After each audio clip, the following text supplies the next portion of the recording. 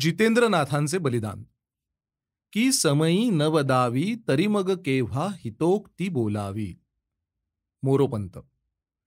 जितेंद्रनाथ दासांनी राजबंदींना तुरुंगातून इतर अनैतिक अपराध्यांप्रमाणे न वागविता त्यांच्या पवित्र हेतूला आणि उच्च भावनांना शोभेल अशा सभ्य रीतीने वागवण्यात यावे अशी मागणी करून ती पुरविली जाई तो अन्न त्याग करण्याची प्रतिज्ञा केली.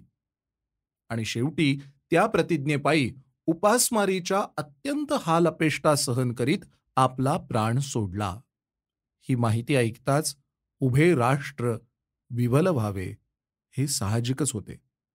या भारतीय राष्ट्रीय स्वातंत्र्यार्थ ज्यांनी गेल्या 20-25 वर्षात आपल्या सर्वस्वाची आहुती दिली त्या त्या हुतात्म्यात जितेंद्रांचे नाव अक्षय्य झळकत राहील यात शंका नाही. स्वदेशास्तव कोणी मारिता मारीत मरतात ते देशवीर होतात. जितेंद्रांवरील इंग्रजी आरोपांची छाननी होऊन त्यांनी काय काय केले हे आपणा सर्वांस अद्याप कळले नाही. तरीही आजच्या परिस्थितीत स्वदेशासाठी जितेंद्र अन्नत्यागाची अमोघ प्रतिज्ञा करून स्वतःच स्वदेश स्वातंत्र्याच्या यशात बळी पडला, मरणी गेला हे तरी स्पष्टच आहे. म्हणून जितेंद्रनाथ हुतात्म्याच्या गौरवास तरी पात्र आहेच आहे यात शंका नाही. याला शेवटच्या आठवड्यापर्यंत तरी आपले मरण कोणत्याही क्षणी टाळता आले असते. त्याने अन्न स्वीकार करावा म्हणून अनेक देशभक्त त्यास विनवीत होते. त्याने प्राणावर बेतण्याचे संधीस उपास सोडला असता तर कोणीही समंजस भारतीय त्यास माघार घेतली म्हणताना. पण तरीही त्या मानी आणि एकवचनी वीराने अन्न स्वीकारले नाही. तो मरणास तिळमात्र भ्याला नाही. जीवाचे तीळ तीळ तुकडे करून ते एक एक मोजून त्याने राष्ट्रीय यज्ञात स्वाहा केले. हे त्याचे अलौकिक प्राणदान, हे त्याचे धैर्य, ही त्याची सत्यसंगता प्रशंसनीय आहे. शूर संभाजी, वीर बंदा, गुरु तेग बहादर या पूर्वकालीन महान हुतात्म्यांच्या बलिदानाची गोष्ट जरी सोडली तरी गेल्या 20 वर्षात भारतीय हुतात्म्यांच्या राष्ट्रीय यज्ञात दिलेल्या कोणत्याही आत्महविर्दाना इतके ते जितेंद्राचे प्राणदान प्रशंसनीय आहेच आहे, वंदनीय आहेच आहे. पण भारताच्या या अवनतकाली असा एक जरी देशभक्त तरुण उत्पन्न झाला असता, स्वातंत्र्य यज्ञात केवळ स्वतःच मरणी मरून का होईना पण एकाने जरी अशा भीषण हालअपेष्टा सोशीत आपला प्राण आपणच स्वदेशाय स्वाहा स्वदेशाय इदं न मम म्हणून हवन केला असता, तरीही ते प्राणदान आपल्या भारताच्या पुनरुत्थानाची एक सुनिश्चित हमी होऊ शकते. परंतु जितेंद्राप्रमाणेच अगदी या क्षणीही त्याच्याच सहकाऱ्यांपैकी अनेक जण तेच दिव्य आणि दुर्धर साहस करीत आहेत. भगतसिंग आणि दत्त तर काय, ते अन्नत्याग करून स्वतःचे देहास अनेक दुस्सह यातनात ढकलणारे केवळ तपस्वीच नाहीत, आपल्या देहाचा आपणच बळी देणारे मरणी मरते हुतात्मेच नाहीत, पण मारता मारता मरणारे देशवीरही आहेत. अशी या भारतातच नव्हे तर जगातही शेकडो लोकांची धारणा आहे. त्यांच्या मार्गावर विश्वास ठेवावा, त्या मार्गाचा पाठपुरावा करावा की नाही ही चर्चा येथे उद्दिष्ट नाही. म्हणून तो अप्रस्तुत विषय सोडला तरी त्यास शेकडो लोक देशवीर मानित आहेत ही गोष्ट लपविण्याचे काही कारण नाही, लपविणे शक्यही नाही. त्या देशवीरांनी अन्नत्याग केल्यापासून प्रत्यही वृत्तपत्र उघडताना प्रत्येक राष्ट्रभक्ताचे मनात धस्स होते की वीर भगतसिंग दत्ताची काही अशुभ बातमी तर आज वाचावी लागणार नाही ना. तीच स्थिती बंगालातील हिंदू कुलभूषण सेनानी सत्येंद्रनाथ सेनांची. पतवाखालील हिंदू राष्ट्राचे वतीने सतत वर्षभर झुंज घेऊन विजयी झालेला हा अट्टल सेनानी आज बारिसालच्या तुरुंगात अशाच एका सापेक्षतः क्षुल्लक अटीवरून निकरावर आला. त्याने अन्न वर्ज केले आणि आज 100वा दिवस नाना देहदंड भोगीत भोगीत जर्जर होऊन शरपंजरी पडला आहे. अन्ना वाचून शक्ती क्षीण होत आहे, त्याचे अर्धांग लुळे झाले आहे, वाचा मंद झाली आहे. आता ते सुटले तरी जन्माचे पंगू पण घेऊन सुटणार, मेले तर मरणी मारणार. भारतीय हुतात्म्यांच्या नामावलीत एक नाव अधिक वाढणार. पण या सर्वांचा निर्धार, ही तपस्या, हे धैर्य, ही देशभक्ती प्रशंसनीय आहे, वंदनीय आहे. पण आज हे राजनैतिक बंदिवान लोकांच्या डोळ्यासमोर आहेत. ते हिंदुस्थानच्या कारागृहात आहेत. त्यातही कच्च्या बंदीत अजून अभियुक्त अवस्थेत आहेत, अॅक्युज्ड आहेत, दंडित झालेले नाहीत. म्हणून त्यांच्या भावना, त्यांचे निश्चय, त्यांचे अपमान, त्यांचा मृत्यू राष्ट्रीय दृष्टीच्या निस्पंद दृष्टीसमोर एखाद्या चित्रपटासारखा धरलेला आहे. म्हणून त्यांची यातना उभ्या राष्ट्रभर हृदयार्धयास पीळ पाडित आहे. तथापि यावेळेस माहीत नसणारास नसेल तर माहीत असणारास राजकीय बंदिवानांना सन्माननीय वागणूक लाभावी याच प्रश्नासाठी अशाच अन्नत्यागाच्या भीषण प्रतिज्ञा करून, अशाच दुर्धर यातना जशा महिनोगणतीच्या उपासमारीने झिजत झिजत त्या दृष्टीच्या पलीकडील कठोर काळोखात, त्या अंदमानात ज्यांनी गेली 10 वर्षे सहन केल्या, त्या नानी गोपाळांची, त्या भाई परमानंदांची, त्या शूर पृथ्वीसिंहाची, भाई सोहन सिंगादी त्या अनेकानेक राजकीय जन्मठेप्यांची आठवण आज झाल्या वाचून राहणार नाही. अशाच उपासमारी, हेच हाल त्यांनी 4 महिने सोसले. स्वदेशाच्या ह्या भले वीर म्हणून सारखी पाठ थोपटणाऱ्या प्रेमळ सहानुभूतीची संजीवनी जवळ नसताना सोसले.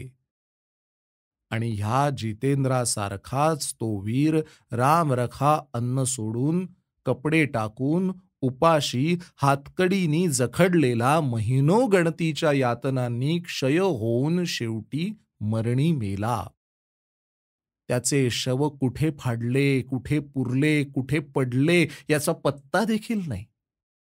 अनशन करून आमची अमुक मागणी तुम्ही मानित नसाल तर हे इंग्लंड देशा, तुझ्या दाराशी मी त्रागा करीत, उपाशी प्राण सोडीत, ते पाप तुझ्या माथी म्हणून भीती घालीत.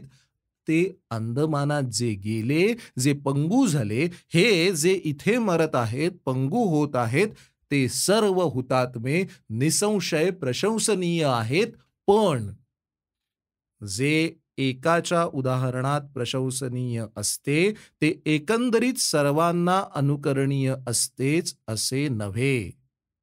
पण जे जे वर्तन किंवा जो जो सद्गुण सर्वसामान्यतः प्रशंसनीय किंवा वंदनीय असू शकतो, तो तो सर्व परिस्थितीत सारखाच अनुकरणीय असतोच असतो असे नसल्याने, किंबहुना काही विशिष्ट परिस्थितीत तो सामान्यतः सद्गुण किंवा ते सामान्यतः प्रशंसनीय वर्तन अनिष्टच होत असल्याने, राष्ट्रीय लढ्यात, राजकीय पेचापेचीत सदोदित विपक्षाची हालचाल आणि स्वपक्षाचे बल ही तोलून विवेचून मग काय ते आपल्या सैनिकांचे संचलन करणे अगत्याचे होऊन बसते. राष्ट्रातील प्रत्येक चळवळ, राष्ट्रीय झुंजाराचा प्रत्येक सामना नुसता प्रशंसनीयच असून उपयोग नाही, तर तो कुशल, इष्ट आणि कार्यक्षमही असला पाहिजे.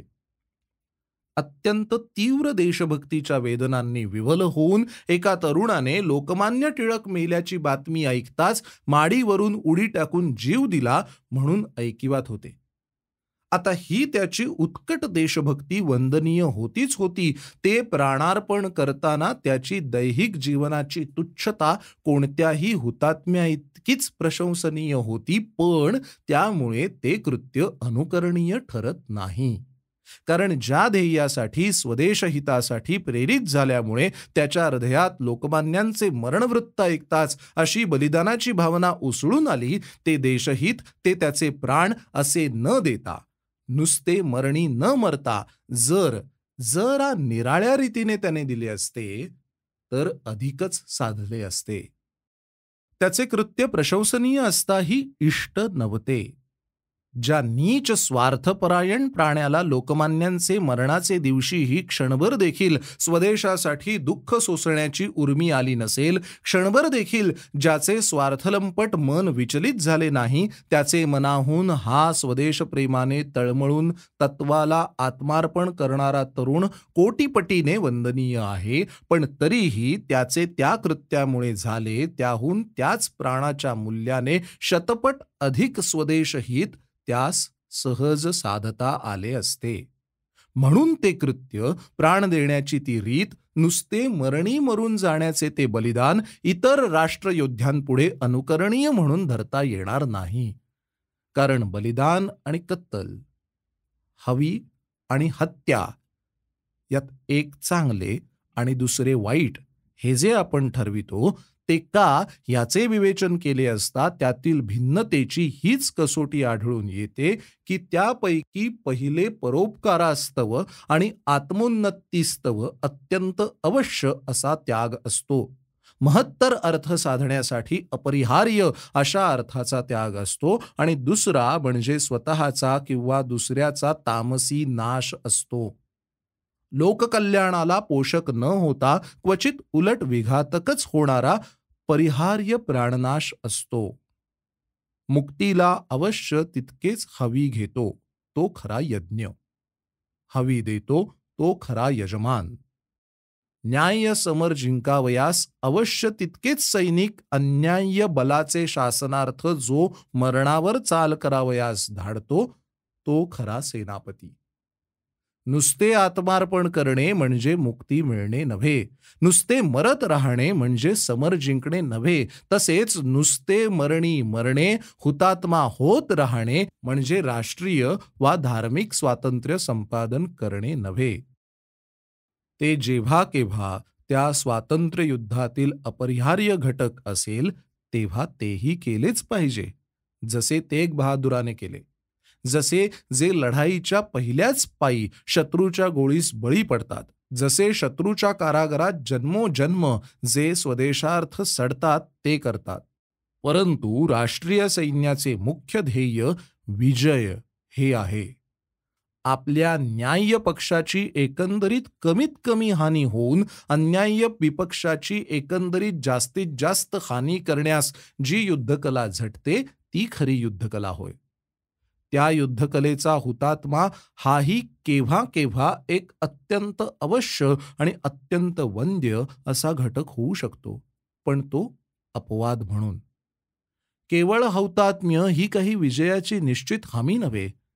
रामाची सीता रावणाने चोरली, जो सीतेला चोरून नेण्या इतका नीच आणि दुष्ट होता, तो रावण रामाने लाख उपोषणे करीत त्याच्या दाराशी सीतेला दे, नाही तर मी त्राग्याने स्वतःचा प्राण देतो असे म्हटले असता ज्याच्या अंतःकरणास लेशही द्रव फुटणार नाही इतका निर्लज्ज निष्ठुर होताच होता. म्हणून रामाने अन्न सोडले नाही, तर उलट रावणाचे पुढील जीवनाच्या अन्नाचे ताट ठोकरून त्यालाच मरणाच्या उपासमारीने कसा नामशेष करून टाकता येईल याच्या व्यवस्थेत श्रीराम तातडीने लागला. सीतेने देखील अशोकवनात असता मला अमुकच भोजन आणि अमुकच मान देशील तर बरे, नाहीतर अन्न सोडून मरेन अशी नसती प्रतिज्ञा केली नाही, कारण तिचे मुख्य ध्येय जे रामाकडून रावणाचा वध करविणे त्यास ते आवश्यक नव्हते. इतकेच नव्हे तर क्वचित अपायकारकही झाले असते. एक मात्र प्रतिज्ञा तिने केली. एक गोष्टीसाठी मात्र ती प्राणत्याग करती, ती म्हणजे स्वतःचे प्रीती स्वातंत्र्य, ते पातिव्रत्य, ते ध्येयच जर संकटात सापडते आणि प्राण वाचविणे म्हणजे मुख्य ध्येयच सोडणे असा प्रसंग येता तर मग मात्र प्राण सोडणेच तिचे कर्तव्य होते आणि तिने ते केलेही असते. गुरु तेग बहादूर, बंदावीर किंवा राजे संभाजी यांचे मुख्य ध्येयच स्वधर्मरक्षण होते, म्हणून जेव्हा त्या ध्येयासाठीच प्राण देणे प्राप्त झाले तेव्हा त्यांनी प्राण दिला हेच युक्त झाले. तेच खरे हौतात्म्य, नुसते प्रशंसनीयच नव्हे, वंदनीयच नव्हे, पण अनुकरणीयही असणारे हौतात्म्य तेच. तीच गोष्ट कुठल्याही राजकीय क्रांतिकारकाचे मुख्य ध्येय जे महनीय स्वदेश स्वातंत्र्य आहे त्यासही लागू आहे. त्यासाठी झुंजताना ते धरले जाऊन वाताहात होऊन त्यांच्या विपक्षाचे हाती पडले असता जर उदाहरणार्थ त्यास त्यांच्या स्वातंत्र्य सेनेची वा त्यांच्या दारुगोळ्याची माहिती त्यांना विपक्ष विचारू लागला, जर त्याकरिता त्यांचे प्राणांतिक छळ होऊ लागले, तर छळ सोसून त्याकरिता प्राणही गेला तर तो देणे हे त्यास त्यांच्या दृष्टीने कर्तव्य वाटलेच पाहिजे. कारण मुख्य ध्येयार्थच ते प्राणदान तशा स्थितीत अवश्य आहे, म्हणूनच उपयुक्त आहे.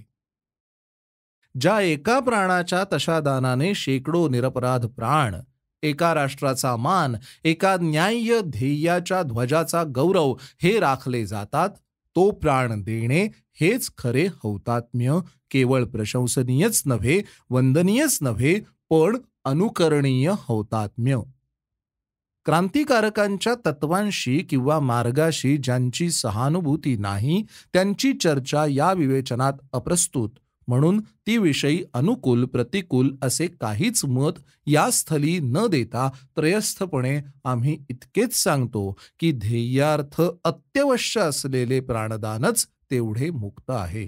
पण ध्येयार्थ अनावश्यक असलेले प्राणदान त्या वीरात्म्याच्या, देशभक्तीचे किंवा निग्रहाचे किंवा निस्वार्थ निर्भयतेचे द्योतक होणारे आणि म्हणूनच हेतुतः वंदनीय असणारे, परंतु व्यवहारतः ध्येयाच्या अंतिम विजयास अनावश्यक नव्हे तर एका अर्थी अपायकारकही होणारे आणि म्हणूनच अनुकरणीय नसणारे आहे.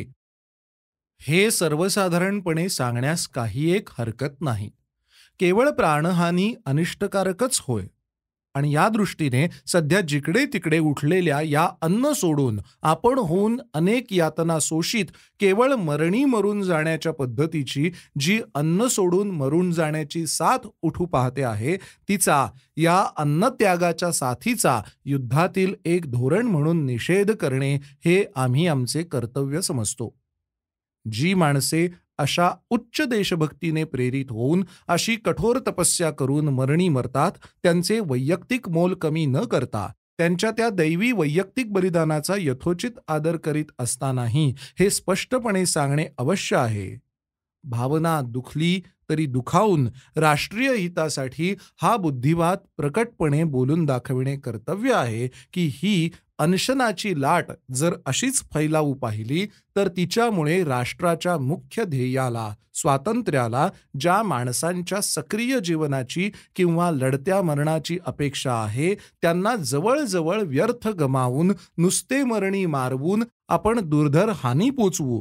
कारण हे जे देशभक्त आता एकाचे पाहून दुसरा, दुसऱ्याचे पाहून तिसरा असे अन्नत्याग करून लुळे पांगळे क्षयग्रस्त होतात, दुःखद मरणी मरणाचे भक्ष्य होऊ पाहत आहेत, ते कशा करता? तर राजकीय बंदींना थोडे बरे वागविले जावे या सापेक्षतः अगदी दुय्यम मागणीसाठी. आणि अशा अगदी दुय्यम मागणीसाठी एवढाले वीर बळी द्यावयाचे? जितेंद्र, सेन, भगतसिंग, दत्त असे एकाहून एक अभिमन्यू, जनकोजी सारखे वीर एखाद्या भारतीय युद्धास जिंकणारे, एकेकाच्या प्राणाचे मूल्य 10-10 प्राण असे हे देशभक्त, मुख्य ध्येय जे स्वातंत्र्य त्याच्यासाठी होणाऱ्या लढ्यामध्ये, स्ट्रगलमध्ये अभिमुख आक्रमण करीत मोलास मोल घेत मरावयाचे, ते असे अवेळी अकाली एका सापेक्षतः यथेच्छित चांगल्या भाकरीच्या किंवा वर्तमानपत्राच्या तुकड्यासाठी किंवा एक खुर्ची टेबल राजबंदीवानास मिळावे म्हणून अन्न सोडून सडत मरावे, नुसते मरणी मरून जावे? मातीच्या मुलाने असला घाटकरी इरेस घालून मातीस मिळवावा? राजबंदीच्या मानाप्रमाणे त्यास वागवावे हा प्रश्न मानाचा आहे, ही गोष्ट खरी आहे. त्या मागणीसही मोल आहे, पण ते असल्या प्राणांचे नव्हे. अंदमानातही 10 वर्षे संप करून, इतर कैद्यात संप पसरवून, अधिकाऱ्यास उत्थापन देण्याचे नाकारून, बळाने पत्रे आत आणून, बळाने एकमेकांशी बोलून, हातकडी बेडी इतका त्रास अशा दुय्यम प्रश्नांकरिता, हक्कांकरिता सोसला. परंतु तिथे जेव्हा जेव्हा अन्नत्यागाचा त्रागा करण्या इतका कुणी संतापे आणि भलतीच प्रतिज्ञा करी, तेव्हा त्यास तत्काळ प्रेमाने आग्रह केला जाऊन त्या आत्मघातक निश्चयापासून परावृत्त केले जाई. एखादा अवसानबाज मनुष्य एखाद्या लिलावात 1-2 कवडीच्या वस्तूचे मोल हट्टास पेटून जसा 2,000 रुपयांपर्यंत चढवीत जातो, तसेच राजबंदींना सुधारलेल्या पद्धतीने वागविण्याच्या दुय्यम मागणीसाठी अशा वीरांच्या अमोल प्राणांची अशी मातीमोलाने नासाडी करण्याची ही हटवादी चूकही अपायकारकच होणारी आहे. एखाद्या जितेंद्रासारखा उदात्त अपवाद झाला तर झाला तेवढा क्षम्य आहे. पण आता या यथेच्छित मागणीसाठी ही अनशनाची साथ अधिक फैलावू देता कामा नये. राजकीय बंदिवानांना कितीही बऱ्या रीतीने वागविले तरी काय, स्वतःस बंदिवान म्हणवून घेण्याचे दौर्बल्य तर राहणारच ना. अगदी खुर्चीवर बसून ताजे पत्र वाचित राहिले तरी इंग्रजांचा बंदिवान. बरे, कारागृहाबाहेर आले तरी काय, बंदी नसे त्यातील कोण बोल, जो लोकदैवे परदास झाला, तो बंदी तद्भूची तुरुंगशाला. या इतक्या 10-15 हिऱ्यास नागवून तो बरे वागविण्याचा अधिकार मिळाला तरी काय, तो उद्या सामसूम होताच पुन्हा छिनला जाईल. जोवर हिंदुस्थान पारतंत्र्यात आहे तोवर लहान सहान अधिकार, जागा, पागा हिसकवेल तितक्या हिसकीत राहायचेच. त्यासाठी परिमित आणि प्रमाणशीर तो स्वार्थत्याग आणि प्राणत्याग करीत राहायचेच. पण तरीही ते कधी विसरायचे नाही की ते अधिकार जिने दिले, ती परकी सत्ता जोवर जिवंत आणि प्रबळ आहे तोवर ते केव्हा छिनावले जातील याचा काही नियम नाही. ते धुळीवरचे सारवण. म्हणूनच भलत्याच दुय्यम प्रश्नास हा मानाचा प्रश्न आहे असे नसते महत्व देऊन लाखाचा प्राण मातीच्या मुलाने देण्याच्या प्रतिज्ञा यापुढे तरी कोणी कधी करूच नयेत. केल्या असल्या तरी मुख्य ध्येय जे स्वातंत्र्य त्यास असला सापेक्षतः निरर्थक आणि अतिशय सवंग प्राणत्याग अपायकारक असल्याने तशा भलत्याच प्रतिज्ञांची चूक त्या प्रतिज्ञा मोडून सुधारावी. भलती प्रतिज्ञा करणे एक भूल, तर ती प्रतिज्ञा राष्ट्रीय हितास अपायकारक असताही तशीच चालविणे ही सवाई भूल. अशा परिस्थितीत शक्यतो त्वरित पाय मागे घेणे हेच खरे शौर्य, खरा देशाभिमान, खरे धैर्य आहे. म्हणून आम्ही आमच्या सर्व देशबंधूस, त्यातही भगतसिंगादी अत्यंत तेजस्वी आणि लाखाच्या मोलाच्या नररत्नास वीरास अशी आग्रहाची विनंती करतो की त्यांनी राजकीय बंदिवानाच्या हक्कासारख्या दुय्यम आणि सापेक्षतः थोड्या मोलाच्या मागणीचे पायी आपल्या राष्ट्रीय पक्षाचे केवळ धुरंधर असे तरुण बळी देऊ नयेत. मुख्य ध्येय जे स्वातंत्र्य त्याचे प्राप्तीसाठी हे प्राण व्यय करावे. युद्धाच्या मुख्य केंद्रावर, शत्रूच्या मुख्य मर्मावर ह्या निवडक वीरांच्या फळीच्या फळीने चालून जावयाचे की विपक्षाच्या बाजारबोडग्यांशी मुठभर आट्यासाठी त्रागा करीत अनशनाच्या चिमट्याने एखाद्या फकीराप्रमाणे आपलेच अंग भोसकून मरणी मरून जायचे. त्यातही राजकीय बंदिवानांच्या दुय्यम प्रश्नांसाठीच काय ते अनशन हे अनुपयुक्त साधन आहे. इतकेच नव्हे तर स्वातंत्र्य युद्धाच्या अशा प्रकारच्या युद्धमान परिस्थितीत अशा विपक्षाशी लढण्याचे ते साधनच नव्हे, ते शस्त्रच नव्हे. जे शस्त्र विपक्षाच्या अंगात न भोसकले जाता स्वतःसच भोसकले जाते ते शस्त्रच नव्हे आणि तेच वापरू पाहणारा कुशल लढवय्याही नव्हे. ही अनशनाची बंदूक विपक्षावर रोखली जाताच गोळी पुढे न जाता मागे निसटून धरणाऱ्याच्याच पोटात अचूक घुसते. ती अवसानघातकी बंदूक, ते अनशन, तो त्रागा हा उदात्त हेतूने पण अपायकारक चुकीने आत्मनाशास कारण होतो. ह्या अनशनापायी 1, 2, 10, 20 जरी भगतसिंग मेले तरी त्याचे विपक्षाला काय दुःख होणार. उलट परसत्तेच्या पायवाटेतील हे जाचक होणारे भयंकर विषारी काटे तुम्ही आपण होऊन दूर फेकून दिलेत असेच ती परसत्ता म्हणत राहील. मृगांनी सिंहाच्या दाराशी नुसत्या उपासाचा सत्याग्रह केला तर सिंह बसल्या बसल्याच त्यास खाऊन टाकता येते म्हणून उलट हसत राहील. मृगांच्या अनशनाने नव्हे तर मृगयेच्या भीतीने सिंह गांगरला तर गांगरतो. तुम्ही म्हणाल परसत्तेचे अनैतिक स्वरूप जगाच्या दृष्टीस या योगे आम्ही पाडतो. पण देशबंधूंनो, परसत्ता मूलतःच अन्यायाच्या पायावर उभी आहे हे जगास न कळण्या इतके ते जग म्हणजे मुख्यत्वे युरोप आणि अमेरिका वेडे आहे असे का तुम्हास वाटते. वॉरन हेस्टिंगच्या वेळची वर्कची भाषणे, बेगमांचा छळ, डलहौसीचे अपहार, 57च्या कत्तली, दुष्काळ, प्लेग, जालियनवाला बाग, अगदी परवाचा लालाजींवरील लाठ्यांचा मार, अहो प्रत्यही आज 150 वर्षे नागवे हिंडणारे या परसत्तेचे अनैतिक रूप ह्या जगास जर दिसले नाही तर त्या जगास ते आता आणखी ते काय दिसणार आहे. जगास सगळे माहीत आहे. ते सगळे एकमेकांचे साथी आहेत, मिंधे आहेत. ते जग तुमच्यासाठी काहीही करणार नाही. उलट या तुमच्या आपल्याच माणसांचा बळी देणाऱ्या विक्षिप्त युद्धपद्धतीला पाहून ते तुमची अधिकच उपेक्षा करते. मॅक्स्विनी मेला म्हणून जगाने किती हजार सैन्य आयर्लंडच्या सहाय्यास धाडले, किती हजार विमाने, कोणी कोणी इंग्रजांशी केवळ त्या प्रश्नापायी लढाई सुरू केली. तीच स्थिती जतींद्रांची, भगतसिंगांची, दत्तांची नव्हे, त्याहून वाईट. कारण मॅक्स्विनीच्या मृत्यूच्या पाठीमागे स्वतः आयर्लंडच्या मशीन गनांचे बळ होते, म्हणून त्याची आग इंग्रजांना थोडी तरी पोळवू शकली. पण तुमच्या हुतात्म्यांच्या अन्न त्यागून मरणी मरून गेल्याने उत्पन्न होणाऱ्या क्षोभाच्या मागे कसले पाठबळ आहे? पुन्हा एक मॅक्स्विनी अन्नत्याग करून मेला, त्याचे आधी त्याने एका प्राणदानाच्या विनिमयात शत्रुपक्षाची यथेच्छ हानी केली होती.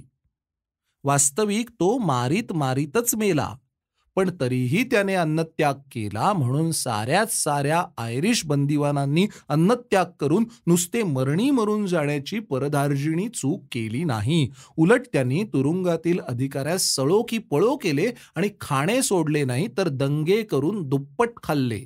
आतून बंदीगृहे फोडली, बाहेरून सशस्त्र आक्रमणे करवून बंदिवान सोडवून नेले.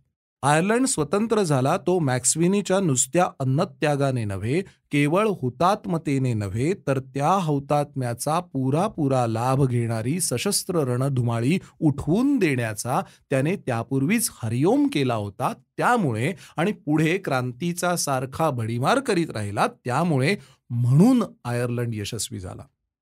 नुसते सगळ्यांनी मरणी मरून नाही. तशी सिद्धता आज हिंदुस्थानात कोणाची आहे? क्रांतिकारकांचे मार्ग बरे की वाईट?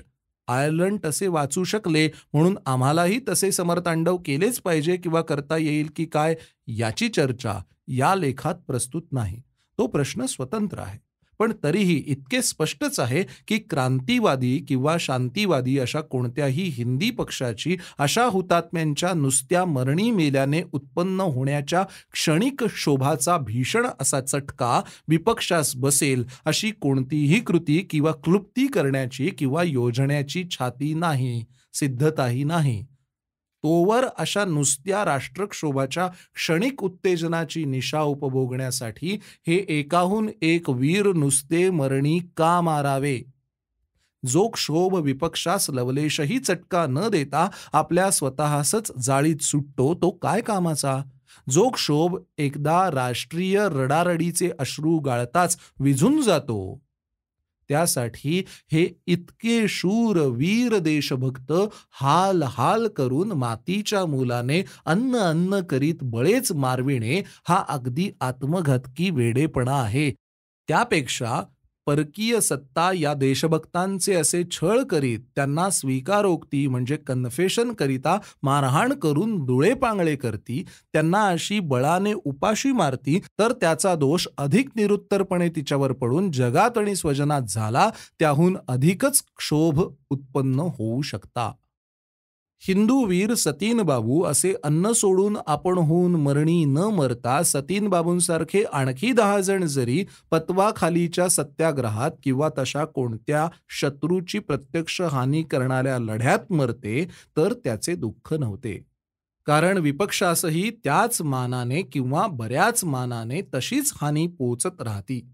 पण अशा भलत्याच आग्रहापायी या अडाणी आत्मनाशक त्राग्यापायी विपक्षाची हानी मुळीच न होता आपलीच मात्र शतपट हानी होते नव्हे. विपक्षाचे डाव आपणच असले अडाणी पेच मारून गेल्याने सुकर करून देतो.